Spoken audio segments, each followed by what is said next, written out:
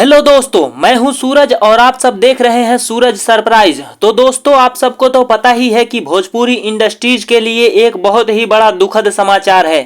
जी हाँ दोस्तों, दुखद समाचार इसलिए कह रही हूँ क्योंकि भोजपुरी के जाने माने दिग्गज कलाकार जो शूटिंग के लिए जिला कैमूर जा रहे थे, लेकिन तभी रास्ते में अचानक उनकी कार का एक्सीडेंट हो गया।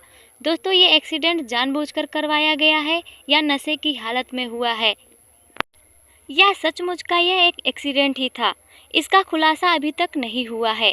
दोस्तों, इस समाचार को सुनने के लिए हमारे वीडियो में लास्ट तक बने रहें।